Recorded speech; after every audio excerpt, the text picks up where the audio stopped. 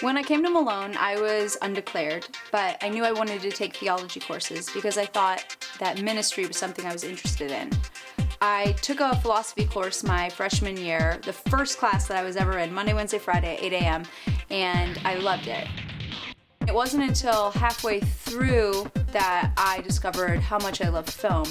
And at that point, that's when I finally declared that I would be a liberal arts major with cognates in philosophy, theology, and communications with a media emphasis. Philosophy and theology helped me develop my convictions, and my communications degree helped me to communicate them.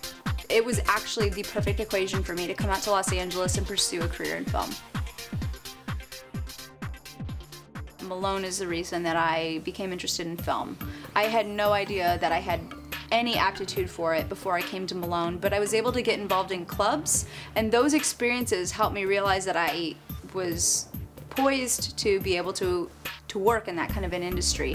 And because of that, then I felt comfortable adding that third cognate with a media emphasis into my major and saying, "Goodbye, Mom and Dad, I'm headed to the big city of Los Angeles." I would not have been able to do that if Malone hadn't had those opportunities for me to just get involved on a casual level before I decided I wanted to make that kind of a commitment.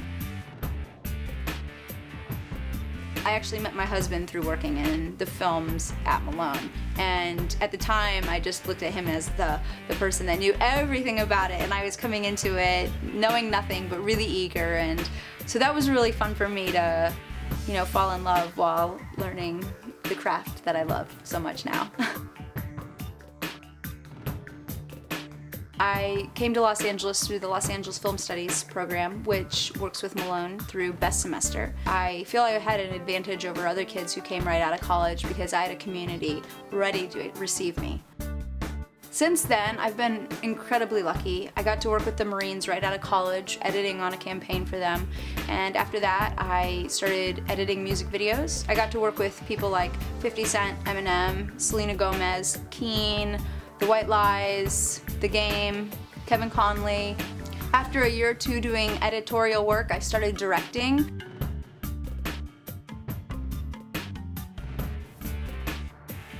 I also got to start working on documentaries, and I did a documentary on Zach Sunderland, who sailed around the world by himself when he was 16 years old, and now my husband and I are working on a documentary called Honey Child.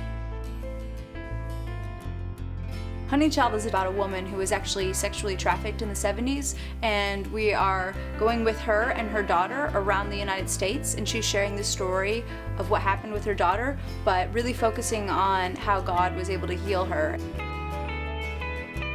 I find it really interesting to see how God has changed my path but still kept ministry really close to my heart. Now I'm involved in a church out here called Ecclesia. We are on Hollywood Boulevard. We are kind of right in the middle of things, right in the middle of the mess. After 5 years of attending, I'm a deacon now. I'm also on prayer council. I've seen a lot of transformation in Hollywood, and I'm also involved in a ministry called Epiphany Space. It's a nonprofit co-working space created by Christians, and the purpose of it is so that people coming to Los Angeles who may not have anywhere they've planted roots yet can come into this co-working space, work on their freelance projects, work on their passion projects. They can get connected, but we also offer spiritual support. The way that I've been involved with Epiphany Space is that I am creating marketing materials for them that are helping them get money from donors so that they can keep this ministry going and grow.